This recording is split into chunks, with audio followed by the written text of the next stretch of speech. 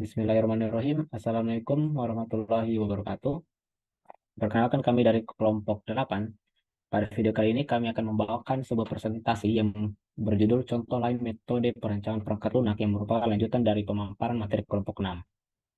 Nah, sebelum masuk ke dalam materi, kita akan perkenalan terlebih dahulu. Next. Pertama adalah Surya Agus Pro. Yang kedua adalah Andi Mulia Putri. Yang ketiga Evan Pandunata. Yang keempat adalah Andi Adnan. Dan yang kelima, saya sendiri, Muhammad Ilham Sapitra Hendra. Eh, Selanjutnya, pada bagian isi akan dijelaskan oleh teman kelompok saya. Contoh implementasi metode Agile dalam pengembangan aplikasi pengenalan budaya berbasis web. Tahap yang pertama yaitu requirement gathering atau pengumpulan persyaratan. Jadi tim pengembang melakukan observasi dan wawancara dengan berbagai lapisan masyarakat di Nusa Tenggara Timur termasuk pemuda, budayawan, dan anggota pemerintah daerah.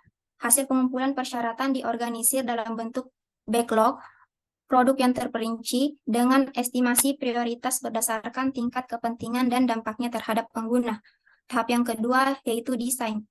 Jadi tim desain berkolaborasi dengan tim pengembang untuk membuat desain antarmuka pengguna yang responsif dan menarik, mengintegrasikan elemen-elemen budaya Nusa Tenggara Timur dalam tampilan aplikasi. Tahap yang ketiga yaitu development, yaitu tim pengembang mengimplementasikan fitur-fitur yang telah dirancang pada tahap sebelumnya dengan menggunakan metode Agile.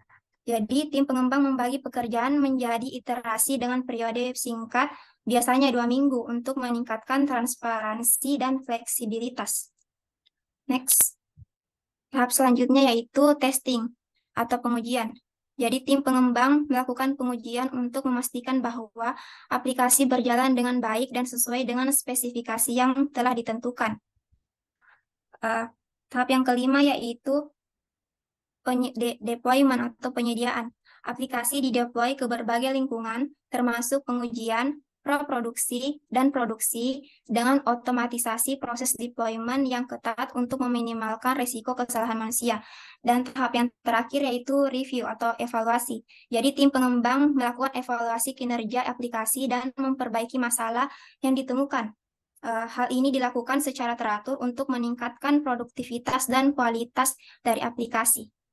Baik, selanjutnya itu contoh implementasi metode Scrum dalam perancangan aplikasi e-commerce. Nah, di sini bagian tim pengembangan terdiri dari 1 Scrum Master, 1 Product Owner, dan 5 anggota development team yang berisi 4 programmer dan 1 desainer. Sprint duration ini berdurasi 2 minggu.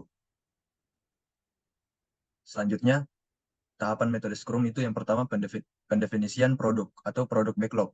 Yang pertama itu membuat halaman beranda dengan daftar produk terbaru. Yang kedua, implementasi fitur keranjang belanja. Yang ketiga, integrasi dengan sistem pembayaran. Selanjutnya, fitur penilaian dan ulasan produk. Yang kelima, meningkatkan keamanan aplikasi dan integrasi dengan media sosial. Tahapan yang kedua itu sprint planning. Tim melakukan pertemuan sprint planning untuk memilih item-item dari produk backlog yang akan dikerjakan selama sprint 1. Mereka memilih item 1, 2, dan 3 dari daftar karena merupakan fitur-fitur yang paling penting untuk diluncurkan terlebih dahulu. Yang ketiga, execution sprint. Tim mulai bekerja pada item 1, 2, dan 3 dari sprint backlog. Tim bekerja secara kolaboratif melakukan diskusi harian dalam daily Scrum meeting untuk sinkronisasi kemajuan dan mengatasi hambatan yang mungkin muncul. Selanjutnya, yang keempat, preview sprint. Setelah 2 minggu, tim mengadakan sprint review dengan pemangku kepentingan. Mereka memperlihatkan hasil increment produk yang telah selesai, yaitu halaman beranda dengan daftar produk terbaru dan fitur keranjang belanja. Yang kelima, retrospective sprint. Tim melakukan sprint retrospektif untuk mengevaluasi proses kerja mereka dalam sprint 1. Mereka mengidentifikasi beberapa cara untuk meningkatkan efisiensi dan kualitas dalam sprint 2. Selanjutnya yang terakhir, siklus berulang. Proses ini berlanjut dengan membuat sprint baru dan memilih fitur untuk diimplementasikan hingga seluruh fitur dalam produk backlog selesai. Kemudian contoh implementasi yang akan kami angkat selanjutnya adalah dari metode prototype. Kasusnya itu pengembangan aplikasi perencanaan perjalanan atau traveler. Pada tahap pertama ada identifikasi kebutuhan awal. Di sini tim pengembang bertemu dengan calon pengguna dan pemilik produk untuk mengidentifikasi kebutuhan awal seperti pencarian destinasi, pemesanan hotel, dan perencanaan perjalanan. Di tahap kedua ada desain prototipe cepat. tim pengembangan membuat prototipe awal dengan fitur-fitur dasar yang mencakup tampilan pencarian, destinasi, dan pemesanan hotel.